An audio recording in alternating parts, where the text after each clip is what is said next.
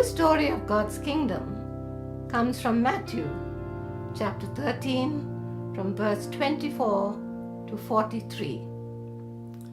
He presented another parable to them. The kingdom of heaven may be compared to a man who sowed good seed in his field, but while people were sleeping, his enemy came, sowed weeds among the wheat, and left.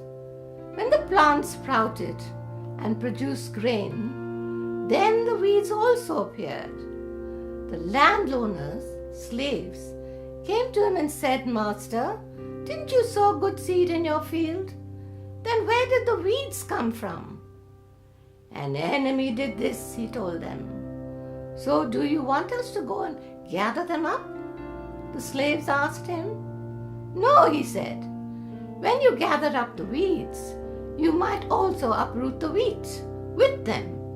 Let both grow together until the harvest.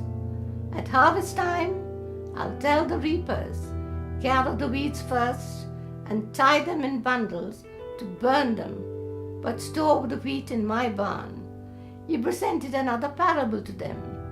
The kingdom of heaven is like a mustard seed that took a man and sowed in his field. It's the smallest seed of all seeds, but when grown, it's taller than the vegetables and becomes a tree, so that the birds of the sky come and nest in its branches. He told them another parable. The kingdom of heaven is like yeast that a woman took and mixed into 50 pounds of flour until it spread through all of it.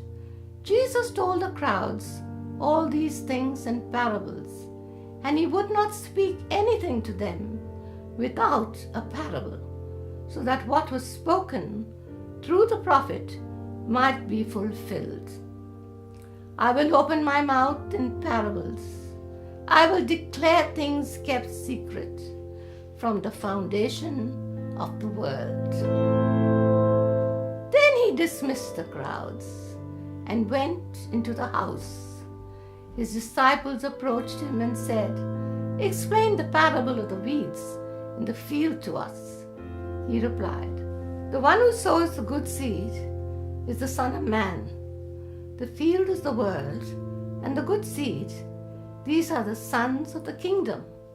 The weeds are the sons of the evil one, and the enemy who sowed them is the devil. The harvest is the end of the age, and the harvesters are angels.